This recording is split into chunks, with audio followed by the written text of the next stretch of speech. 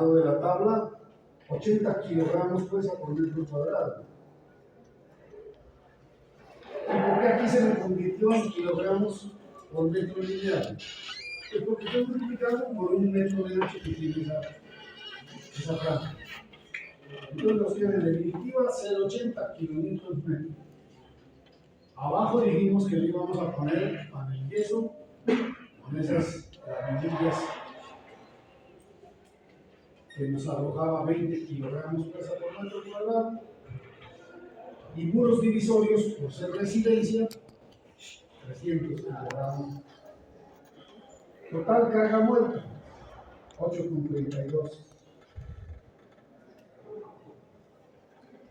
Y carga viva, 180 kilogramos fuerza por metro cuadrado, que convertido a newtons nos da 1,8 kilonewtons por metro lineal.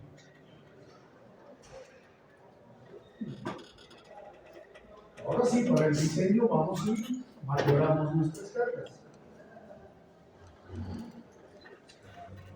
La norma me pide que verifique la carga muerta multiplicada por 1,4, actuando ella solita. La carga muerta multiplicada por 1,2 más la carga viva multiplicada por 1,6. Eso nos da entonces una carga última, carga mayorada, 11,65, 12,86. Tenemos que predomina 12,86. Y entonces obtengo el momento. Como es simplemente apoyada, el momento sale de una. WL cuadrado sobre 8.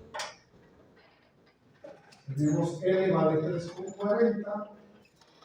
12,86 por 3,40 al cuadrado dividido entre 8 nos da 18,58. Y el cortante, W por L medio, 21,86 kilómetros. Nuestra sección, dijimos, es de la base 100 centímetros, de la altura 18 centímetros.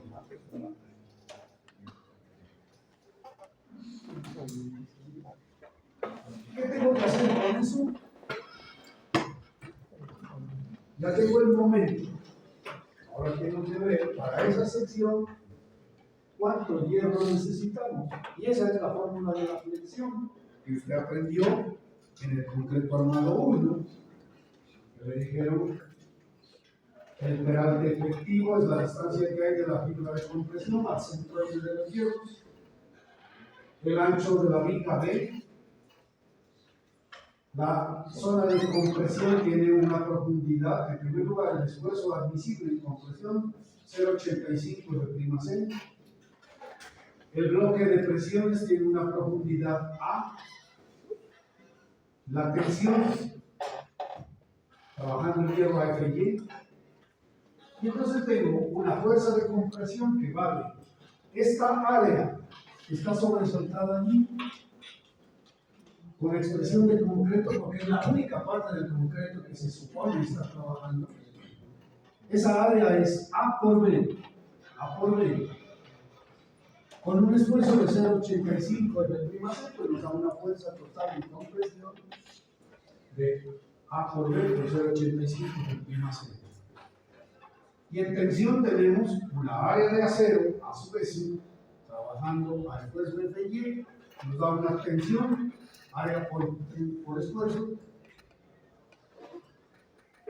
Y entonces, si estas dos cosas deben ser iguales, tensión igual a compresión, para que suma de fuerza sea cero, y el momento que hay allí debe ser igual al momento de afuera, y ahí están las condiciones de equilibrio. Entonces, igualando esas dos cosas, puedo despejar la incógnita que puede ser en primera instancia A. Y entonces me dice que A es igual a ρ por D por FY dividido entre 0,85 de prima C.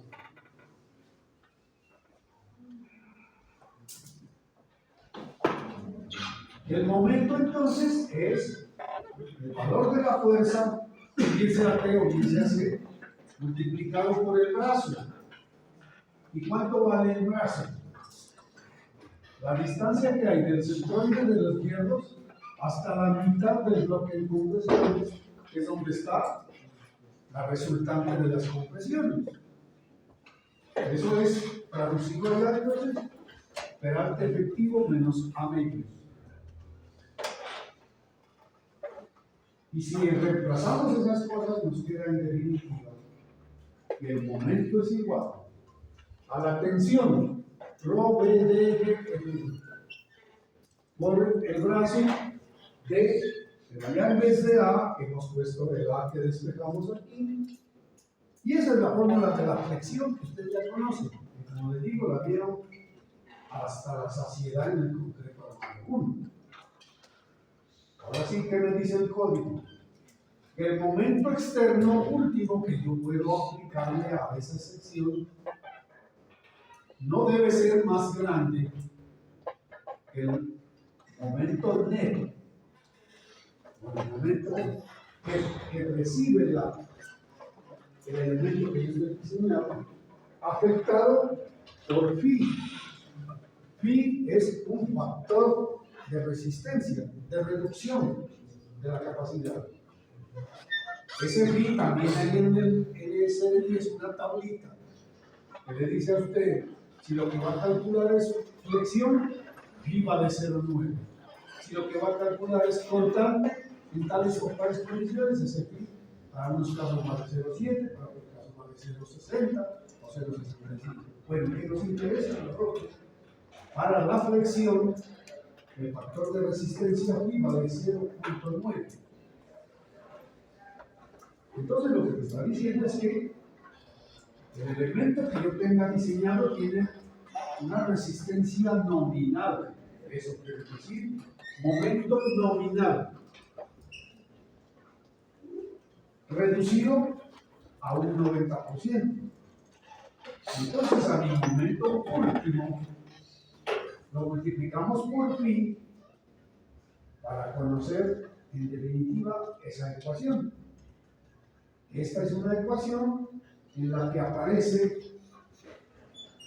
rho fuera del paréntesis y rho dentro del paréntesis.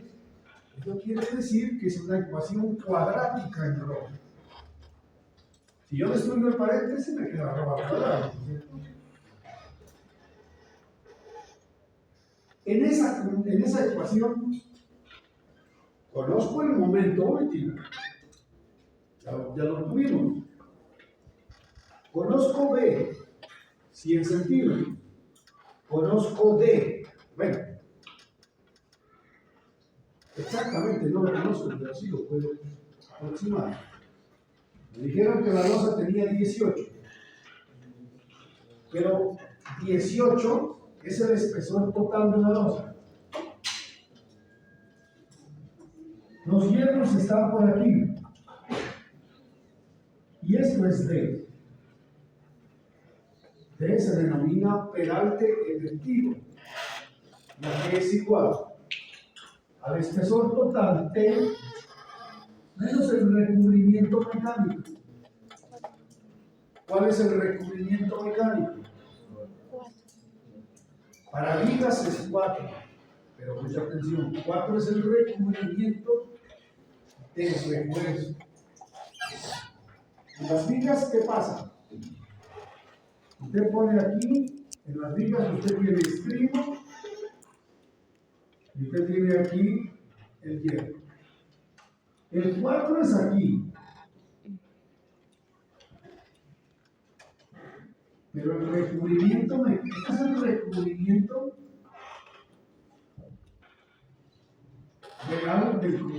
De las varillas de acero. El recubrimiento mecánico, en este caso, es los 4 centímetros más el diámetro del estribo más el radio de la varilla. Esto termina convirtiéndose en 5, 5,5, 6 para vigas. El 4 es obligatorio para elementos que forman parte del sistema de resistencia sísmica. La losa no forma parte del sistema de resistencia sísmica, le cobija un recubrimiento de 2. 2 centímetros, más el radio de la varilla. Generalmente esta primera vez que yo voy a diseñar, no tengo ni idea de qué varilla voy a trabajar. Entonces yo no soy un centímetro por exceso. O sea que el recubrimiento mecánico es 3 centímetros. Entonces a mi 18 le tendré que restar 3 centímetros o 2,5 o lo que sea. Lo cierto del caso es que yo puedo trabajar esa expresión y escribirla de tal manera que me facilite hacer los cálculos. Bueno, la forma más fácil de comprenderla es escribiéndola de la fórmula ax al cuadrado más bx más c igual a 0. Que nosotros ya sabemos nos conduce a la solución x igual a x es igual a menos b más menos raíz cuadrada b cuadrado menos 4ac sobre 2a. Eso es lo que tengo que resolver. Sino que mi variable no se llama x, sino se llama ρ. Y el término a no es a solita, sino que viene acompañado de f y sobre 2 por 0,85 por 21 a c. El término c es el momento dividido entre b de r, etc. Eso me conduce a poder despejar el ρ. Como esta ecuación, usted aquí en su vida de ingeniero la va a seguir usando infinidad de veces, conviene tenerla calculada. Ahora nomás, en el segundo ejemplo que hagamos, hay que hacer 9 veces ρ. Entonces, 9 veces, ¿sí? ¿Cuánto vale A? ¿Cuánto vale B? ¿Cuánto vale C? Y hacer esta operación se vuelve muy tedioso. Si usted tiene una hoja de cálculo que le permita resolver eso, excelente. Solamente va a dar los valores y obtiene el ρ, o el m, o el t, según lo que usted necesite despejar. Por lo pronto necesitamos ρ.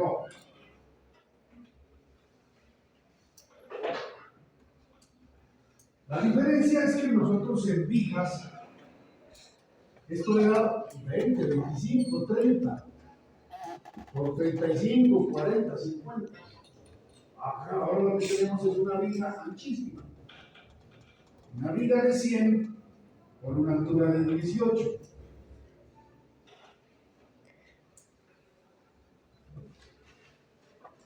Y entonces, aplicando eso que acabamos de ver, vamos y obtenemos que aquí está especificado que pi vale 0,9 y que nuestro momento debe ser igual a eso. Y ahí está el ρ al cuadrado y ahí está el ρ.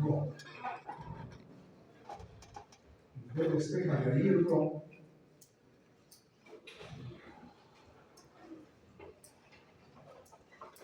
Vamos con todos los valores aquí.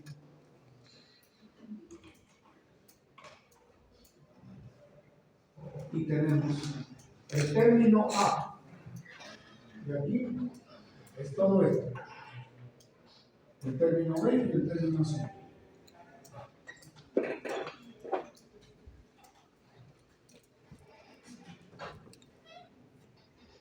Ojo, mucho ojo con la coherencia de unidades.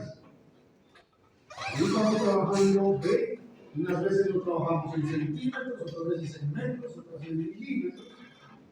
El FY, unas veces lo trabajamos en kilogramos por centímetro cuadrado, otras veces en megapascales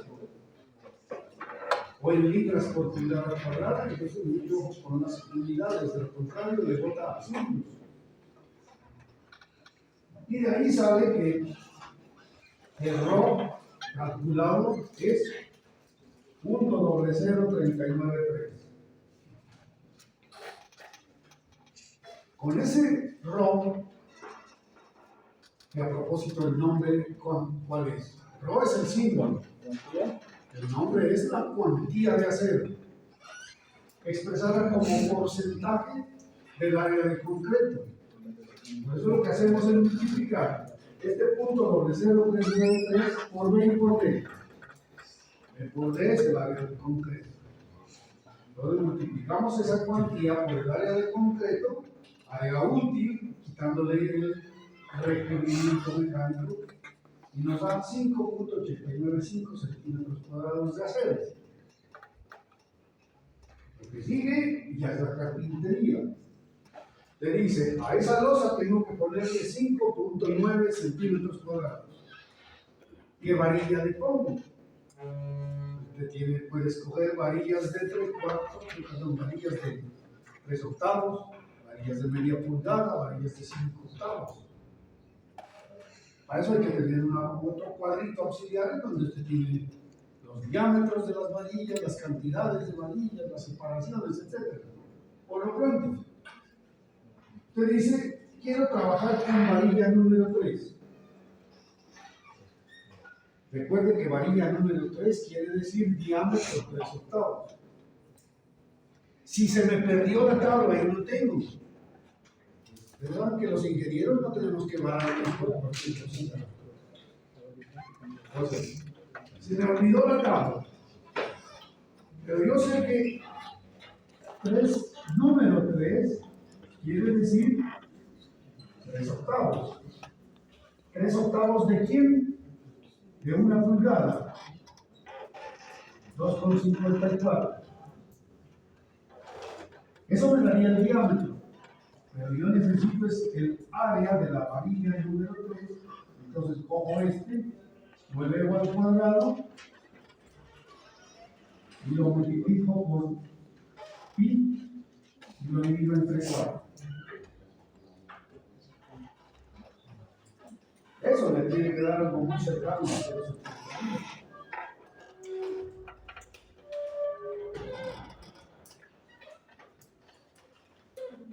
Y ahora sí que hago. Le dice, mi losa tiene 100 centímetros. Y aquí necesito colocar un total de 5.895 centímetros cuadrados. Entonces usted hace una regla de 3 simple, directa, que la aprendió cuando estaba recién botando el TT.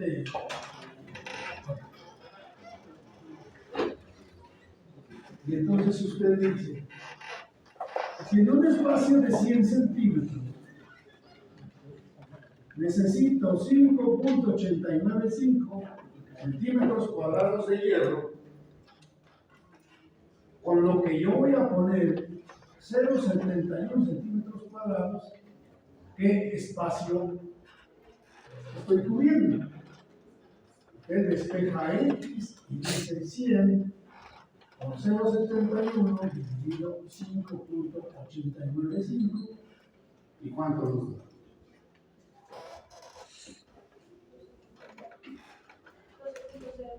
¿Cuánto? 12.04 centímetros. Eso quiere decir entonces que si trabajo con varilla número 3, debo colocarle varillas cada 12 centímetros.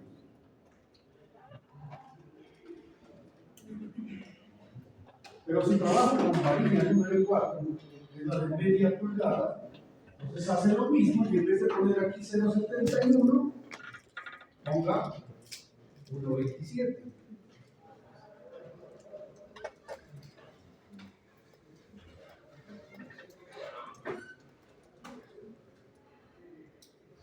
Si hizo bien las operaciones, o si yo las hice bien, quiere decir número 3 cada 12 o número 4 cada 20.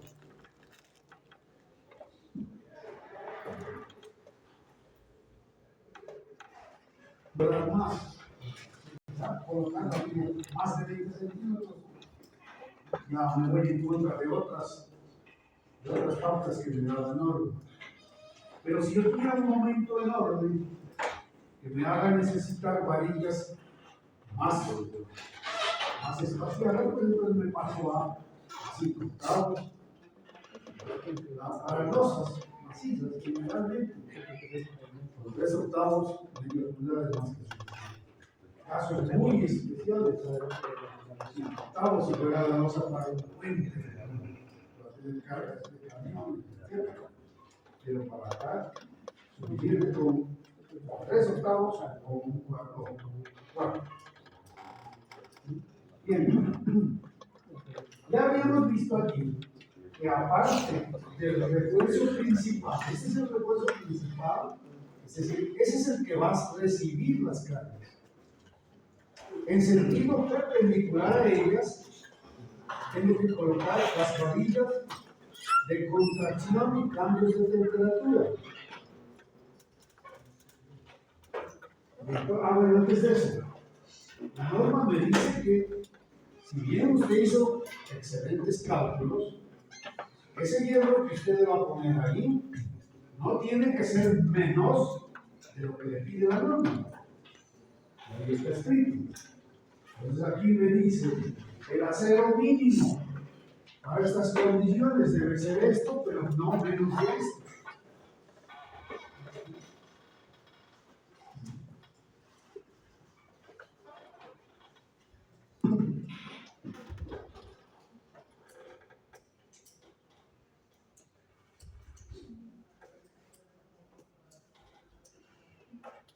Y hay este requisito especial.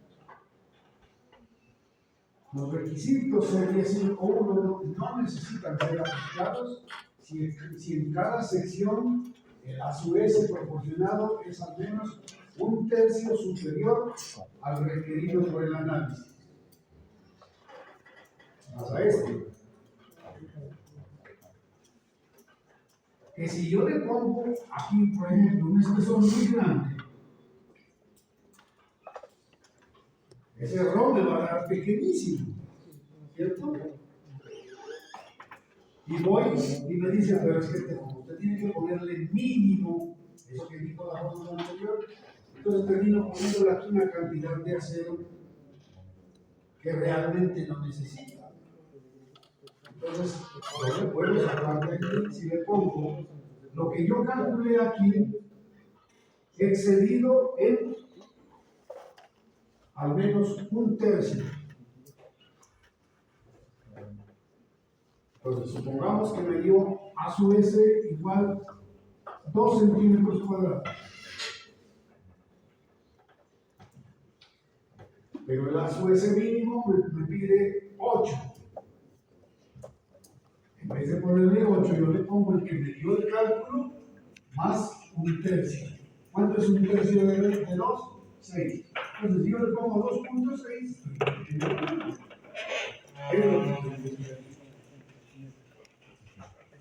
Y aquí viene esta partecita. Para losas y zapatas, a su S mínimo en la dirección de la luz debe ser el mismo requerido por C71221.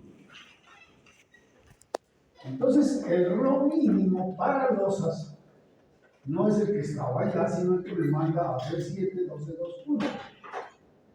Y si vamos allá, nos dice el refuerzo de refracción y temperatura.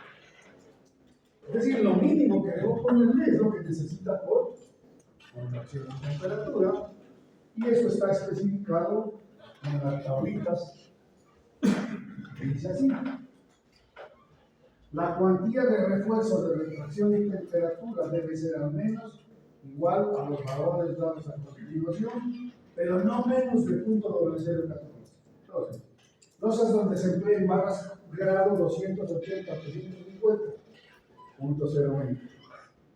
Losas donde se empleen barras de 420, 0.018, y para otros casos, 0.018, etc.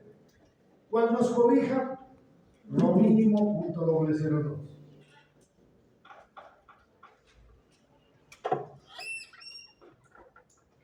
Vamos acá entonces. Lo mínimo, 0.002 por 100 por 15 nos da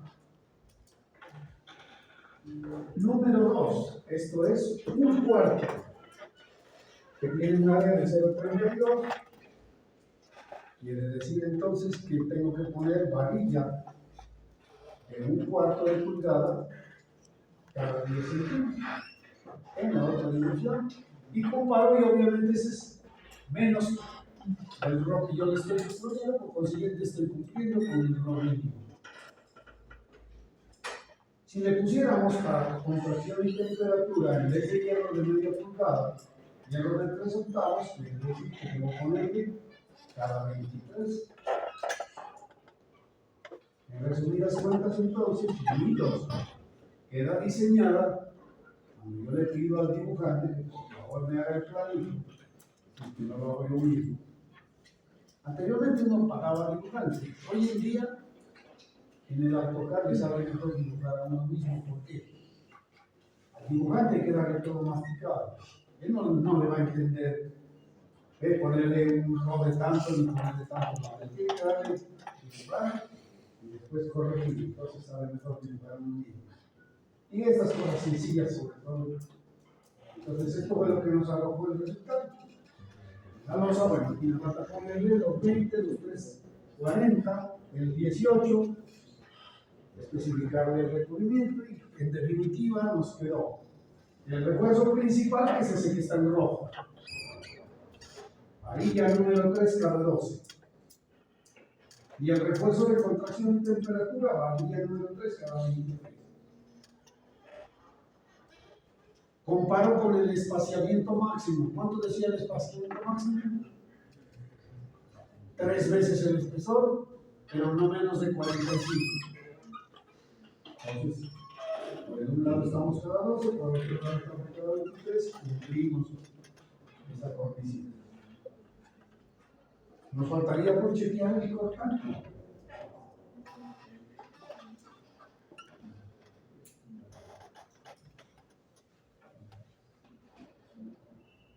Lo hacemos en el siguiente ejemplo.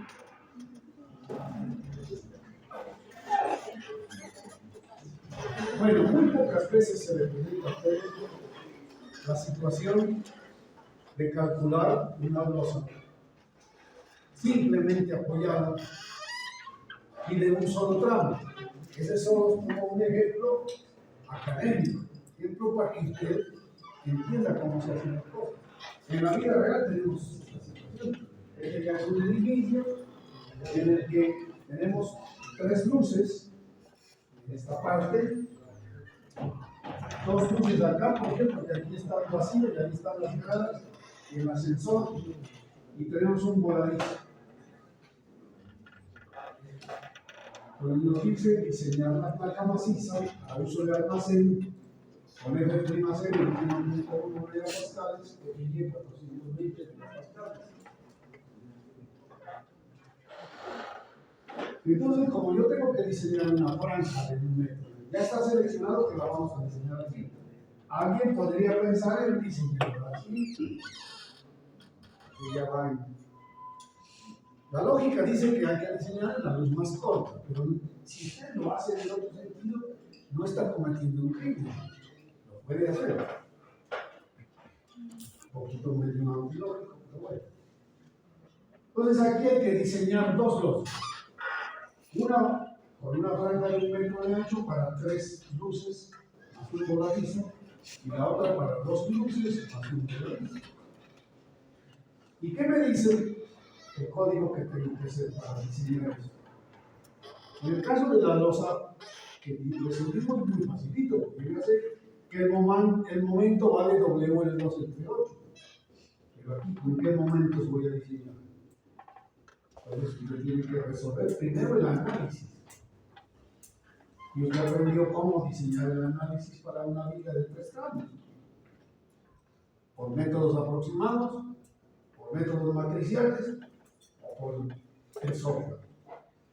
Mientras estamos en la academia, pues nos obligan a hacer esos métodos para que comprendamos qué es lo que está sucediendo. Pero cuando usted ya tiene eso metido en la cabeza, pues ya va a usar el computador y listo, ¿no? Pero ya sabe por qué. Bien, entonces, ¿qué nos dice la norma? Análisis aproximado para losas en una dirección.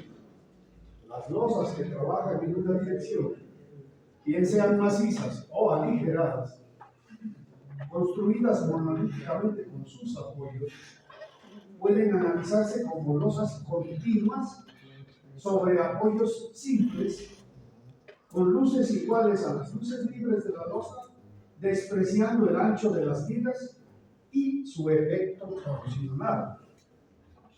¿Qué traduce eso que dice allí? Bonito.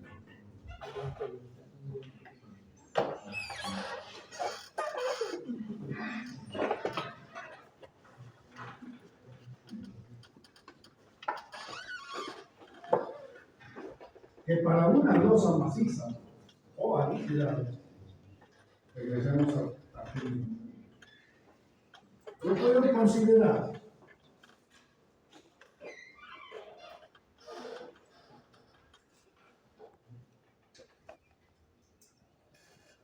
una losa en vez de 1,20 que tiene este voladizo, 3,90 que hay de centro a centro y 4,40, etcétera, puede me permite diseñar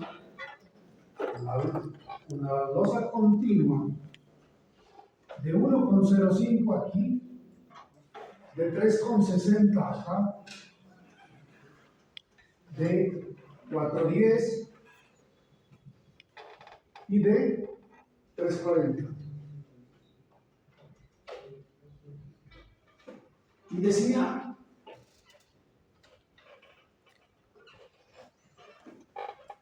despreciando el ancho de las vigas, o sea, no tengo en cuenta que la viga tiene 30 allí, no me interesa, y su efecto torsional. ¿Cuál es el efecto torsional que hace la viga? ¿Se acuerdan que hace un momento les expliqué una losa simplemente apoyada? Cuando está por separado la losa y la viga, ¿qué sucede? Cuando aplico cargas aquí, pues si exageramos la deformación, esto se vuelve así. Es decir, ahí hay libertad de giro.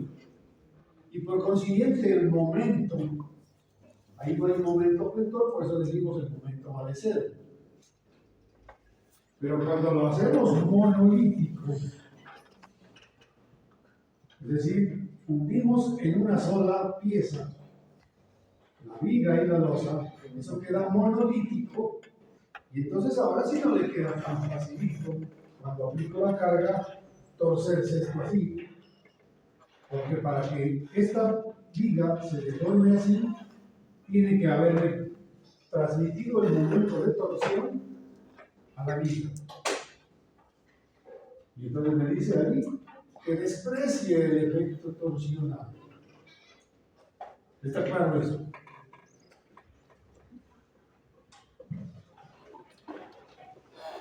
Y entonces dice, cuando la rigidez de la viga, bueno, que si quiero considerar eso, pues ya tengo que irme por el análisis, por métodos más exactos. Lo que nos interesa ahorita es,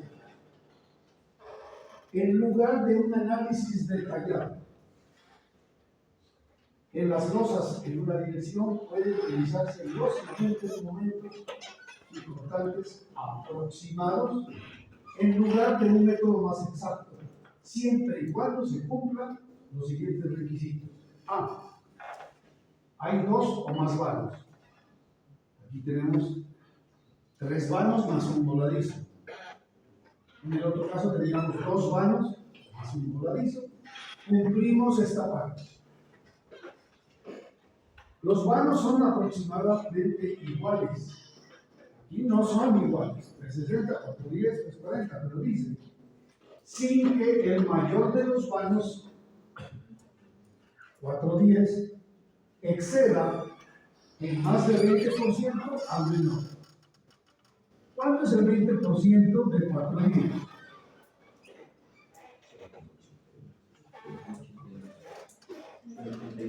0,82.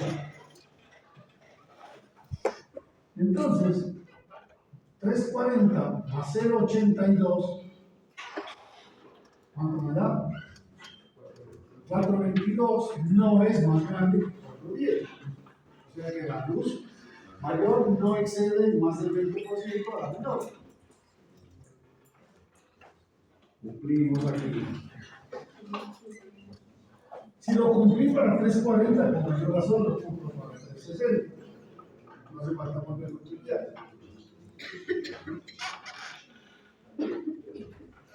Las cargas son uniformemente distribuidas, inferior, a menos que tuviera por aquí un muro especial que reciba cargas y que esté ubicado fuera de los apoyos. Entonces recibimos cargas uniformemente distribuidas. Este es el cuarto punto. La carga viva no mayorada no excede en 3 veces la carga muerta no mayorada.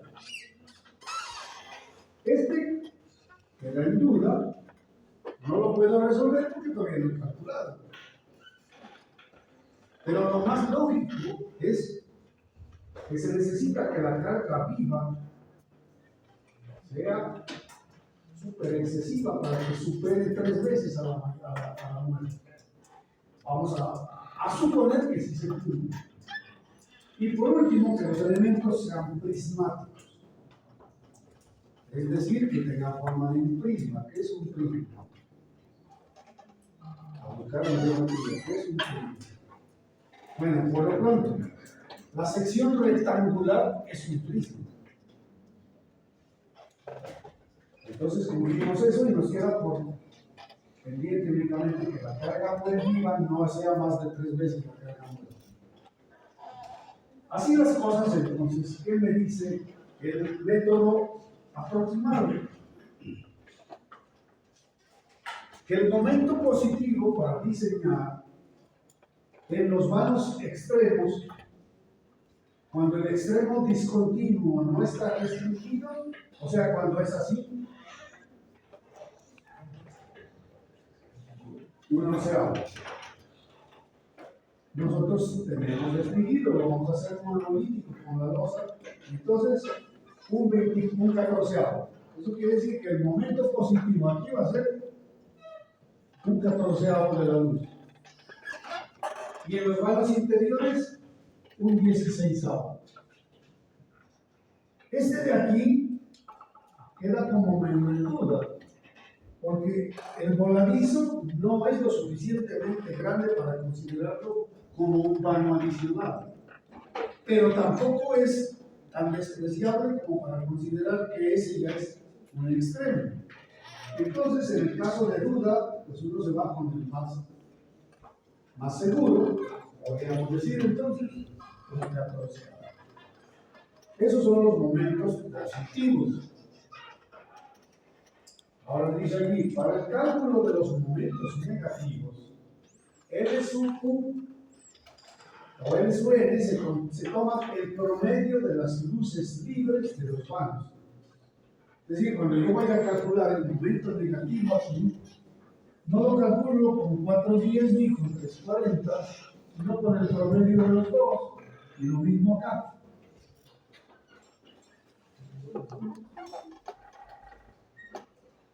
Y entonces, momento negativo en la cara exterior del primer apoyo interior. Si son 2 vanos, un noveno, más de 2 vanos, un décimo. Entonces de aquí va un décimo. En los demás, un onceavo. Entonces aquí también, si yo consideré que este era extremo, pues sería un décimo. Si lo consideré que es íntegro, entonces sería un onceavo. Conforme voy más seguro, pues un décimo. Y abajo dice momentos negativos para las más pruebas, un onceavo. Para losas con luces que no excedan de 3 metros y vigas en las cuales la relación de rigidez entre estas no aplica. En primer lugar, no tengo ni luces menores de 3 metros, ni estoy hablando de vigas con apoyos en columnas. No aplica ese. Momento negativo en la cara interior de los apoyos exteriores. Cuando el apoyo es una viga de borde, un 24 ahora. Aquí estamos. Si fuera una columna, es decir, si estuviera diseñando una viga, entonces sería un 16 avos. Y de resto, el cortante en la primera cara del apoyo interior, 1.15 W de medios y los demás WL sobre. Este es el cortante que me está hablando aquí, el cortante que me está hablando acá.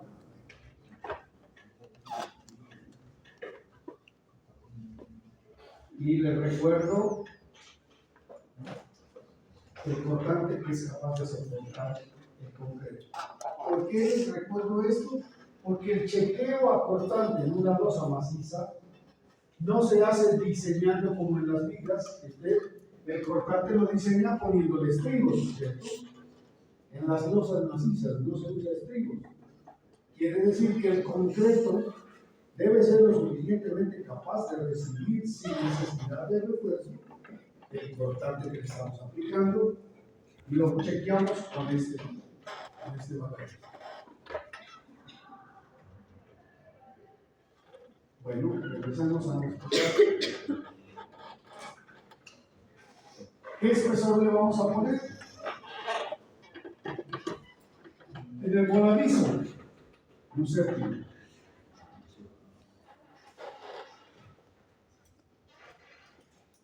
En los apoyos con un extremo continuo. ¿Cuál es un extremo continuo? Este. Aquí sería un 16avo. Y en el otro caso, un 19avo o un 16avo. Eso traducido a nuestra losa.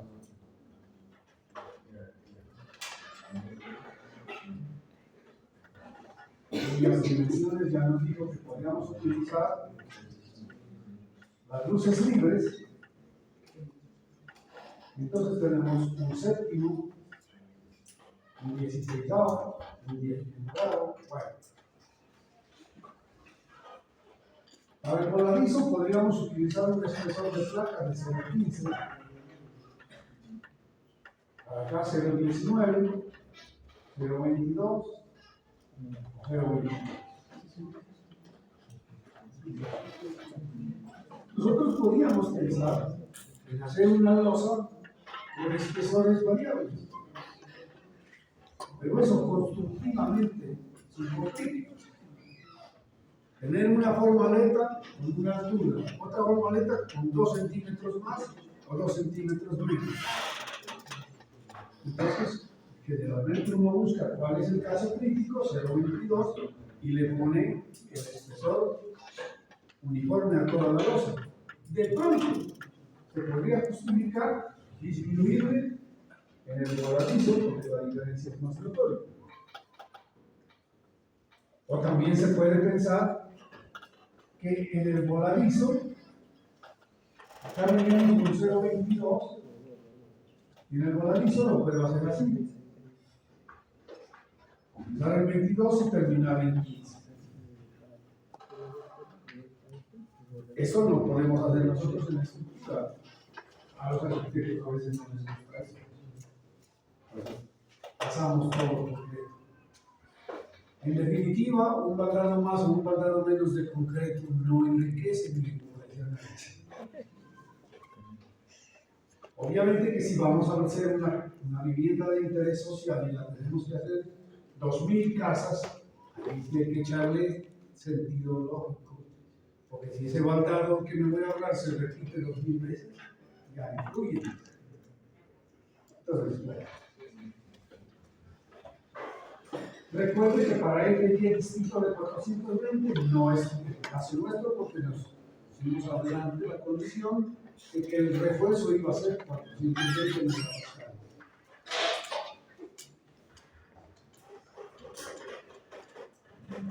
Entonces ya viene nuestra evaluación de cargas. Peso propio de la losa, 22 centímetros por 2.4 o por 24 centímetros.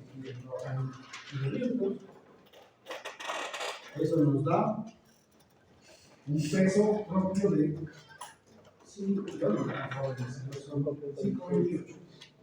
Vamos a utilizar el mismo acabado de piso, el mismo acabado de cielo falso. Y acuérdense que muro, por eso les mostré la diapositiva. Para el caso de vivienda nos decía 300 kilos por metro cuadrado. Para el caso de comercio y almacenes nos decía 150. ¿Por qué razón? Pues porque en un almacén yo no necesito tener espacios reducidos. Hoy en día las alcobas tienen 250, 260, si acaso 270 es generosísimo. Pero en un almacén sí necesito que haya la menor cantidad de muros posible. Por esa razón, permite rebajarle a 150. O sea que mi carga muerta vale 7,78 kilómetros por metro. La carga viva, la vimos que para comercio por mayor era 6 kilómetros metro cuadrado. Pero como vamos a trabajar para un metro, que no es lo mismo metro cuadrado que metro y medio. Y aquí ya puedo comparar entonces. La carga viva es más de 3 veces el valor de la carga muerta. No, ni siquiera llega a ser igual. Entonces, queda ya cumplido ese puntito que nos faltaba verificar para poder emplear el método. La carga de servicio, pues es la carga muerta más la carga viva sin mayorar. Y la carga mayorada, pues obviamente va a ser o bien 1,4 la carga muerta, o bien 1,2 más 1,6 la carga viva, la que sea más grande. Obviamente es más grande, 1,2D más 1,6D, 18,94. Con esa carga yo tengo que entrar a diseñar. Antes de eso, para algunos efectos posteriores es bueno tener en cuenta el factor de mayoración, que no es más que dividir la carga mayorada entre la carga de servicio. Si usted divide 18,94 entre 13,78, pues le va a dar el factor de mayoración 1,37.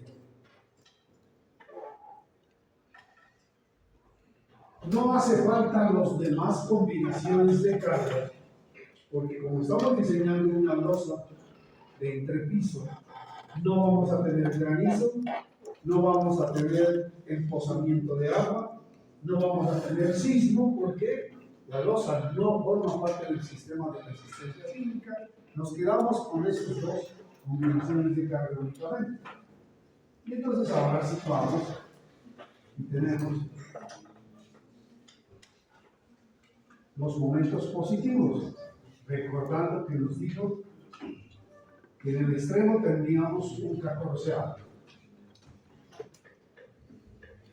No en el extremo, sino en la zona central del primer tramo. Y por acá un 16avo y por acá un 14.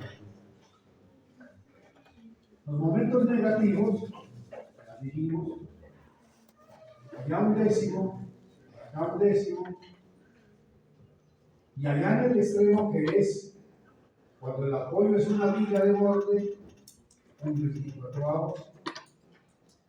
Y bueno, nos queda por definir este caso de aquí, que podemos considerarlo o bien como continuo o bien así. Entonces sería por acá un 24avo, pero este es voladizo. ¿Qué sucede en el voladizo? En el voladizo no hay discusión. El momento vale W por L, que es la carga, más el brazo, multiplicado por el brazo, que es L medio.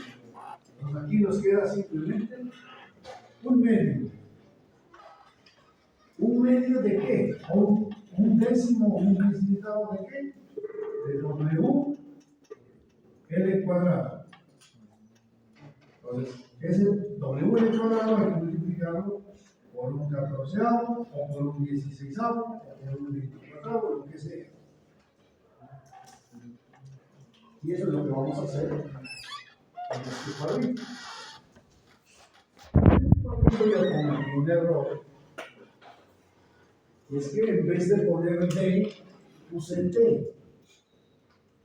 T es el espesor de la losa, 22.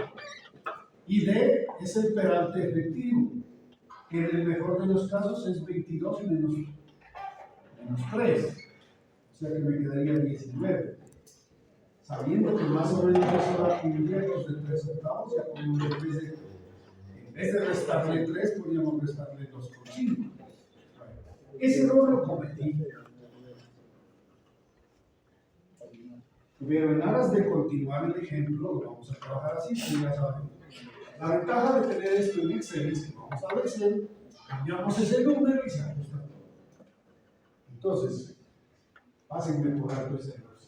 Por lo sabemos que la cuantía mínima ahora ya no es .002, sino .0018. ¿Por qué?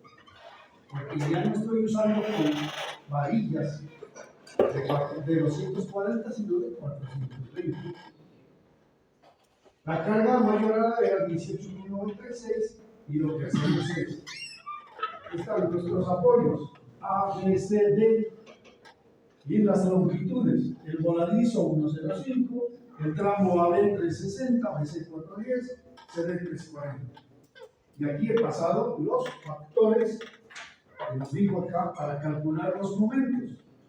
Un medio en el voladizo, del otro lado un 24avo, en el centro de la luz un 14avo, en el apoyo un décimo, en el centro de la luz un 16avo, un décimo, un 14avo y un 24avo. Con ese factor, multiplicando por M1, multiplicando por la carga W sub 1 y por la luz, en este caso es 105, en este caso es 360, en el siguiente es 385, 410, etc. Entonces obtenemos esos momentos. Y aquí es donde yo les digo, usted que ya una vez que conoció el momento, para cada caso tiene que encontrar ρ. Y aquí tengo que usar 1, 2, 3, 4, 5, 6, 7, 8, 9 veces la fórmula del ρ. Si usted lo tiene metido eso en Excel, no es sino que meta el momento y todo lo demás se calcula solito. Lo cierto del caso es que conocido el ρ, que es la cuantía, multiplicamos por el ancho B, que es 100, y por el peralte efectivo, que ahí está 22, porque ya sabes que nos da el acero requerido. Y el acero mínimo, que es con ρ.018, que está acá. Entonces, en este caso, miren, el acero mínimo es 396, el acero requerido es 169. Tengo dos opciones. O le pongo el 396, o le pongo este multiplicado por 1.33, que me decía que puedo no hacer caso de este si le aumento un tercio más del que me dio el cálculo. Y bueno, para acá necesitamos 1.67, mínimo 3.96, etc. Casi todos se van con el ρ mínimo.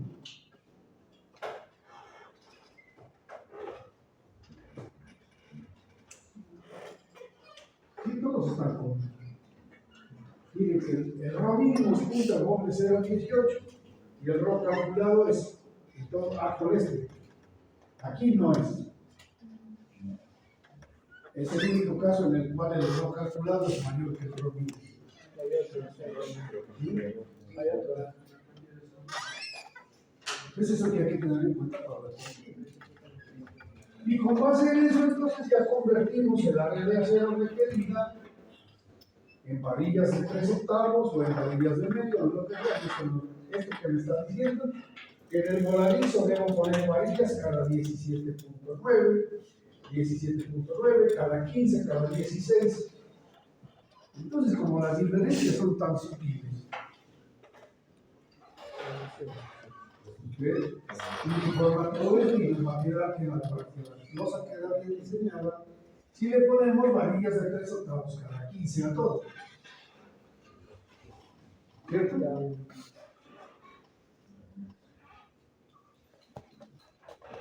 Y en el otro sentido, hay que calcular el refuerzo mínimo que pide por contracción y temperatura.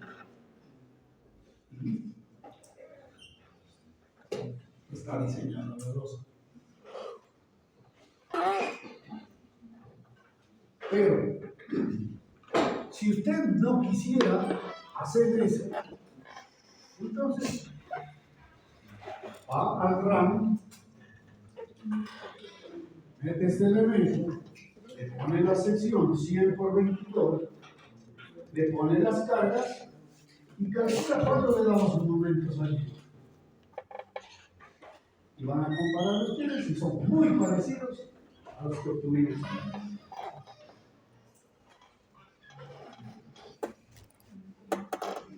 ¿Alguna pregunta? ¿Alcanzamos a hacerlo? Sí, ya gracias.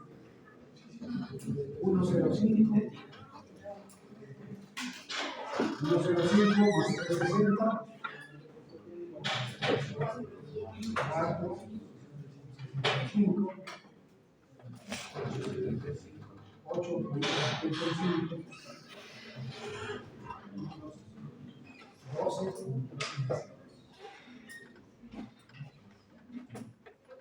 Entonces, pedimos esto para generar miembros, conectar los nudos. Listo. El código nos decía que puedo considerar apoyos simples. Entonces vamos a nudos y le consideramos aquí apoyo simple, quiere decir patín. Pero el último sí tengo que aclararlo. De lo contrario queda efectivamente como un patín. Vamos a secciones. Aquí tengo que generar, yo para ganar tiempo ya la tengo generada, una sección como viga, pero de 100 por 22.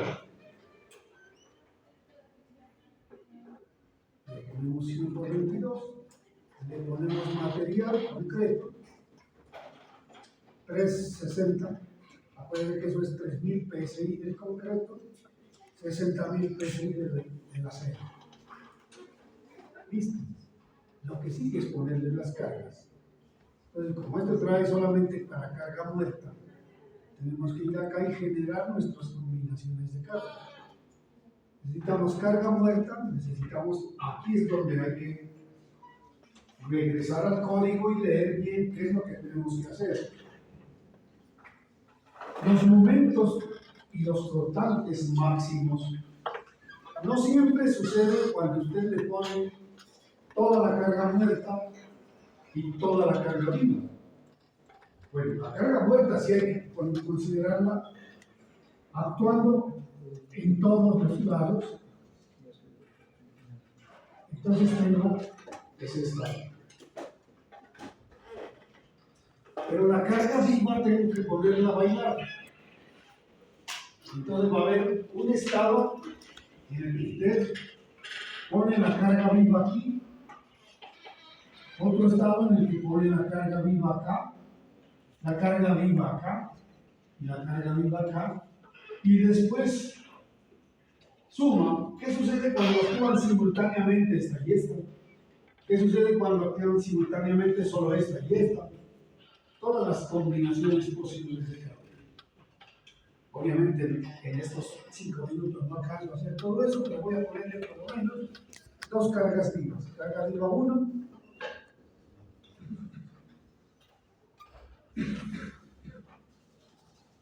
Carga viva 1. Carga viva 2.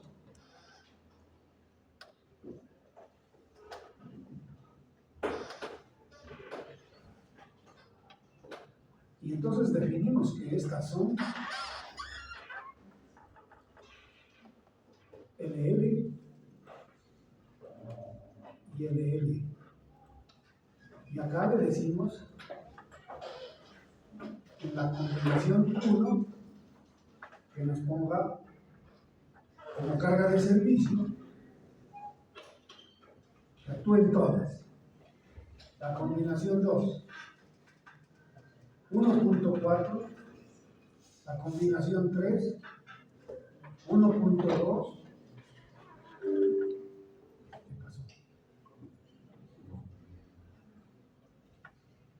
Que agregó la coma en vez de punto. 1.2 carga muerta más 1.6, combinación 3, 1.2 carga muerta más 1.6, y vamos de combinación 4, 1.2 más 1.6 más 1.6. Entonces, ¿sí me entiende que aquí jugando con esas cargas vivas en diferentes posiciones? Oh, está repitiendo aquí carga viva, aquí carga CB4, esta es. Este es CB5.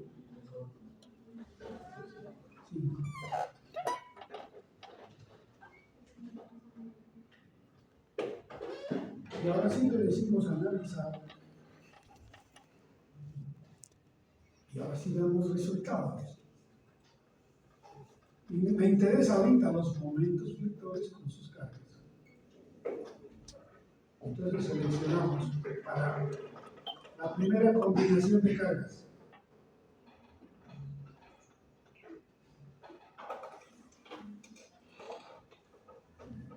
Momento vector, ¿por qué no aparece?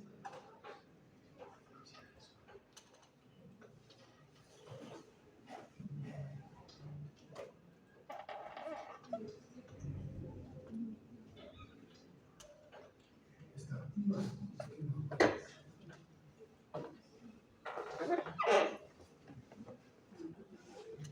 No sé qué pasa.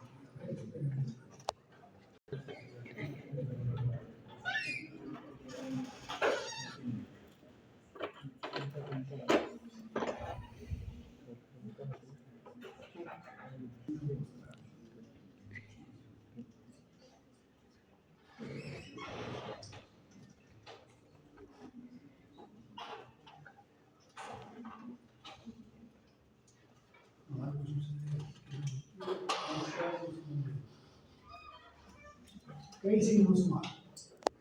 Cuando le dimos, no le hemos puesto las cargas. Carga muerta.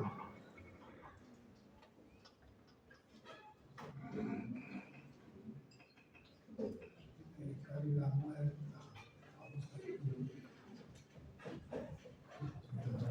Dirección hacia abajo. ¿En cuánto vale la carga muerta? 0.78.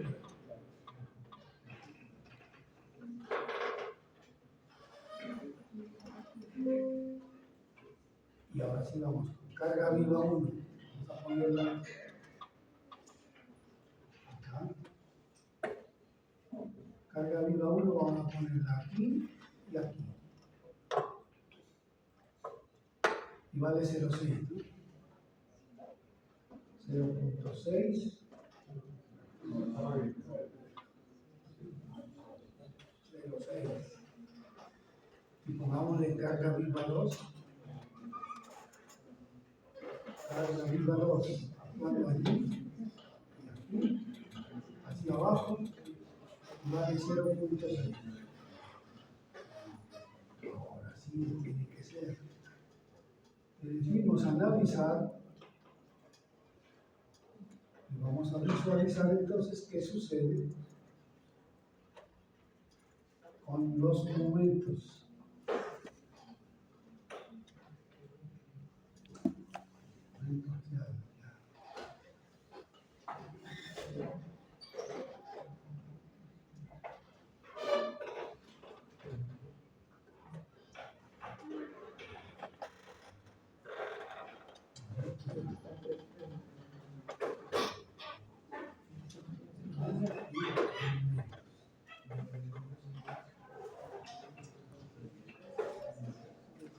Bueno, les quedo debiendo esa.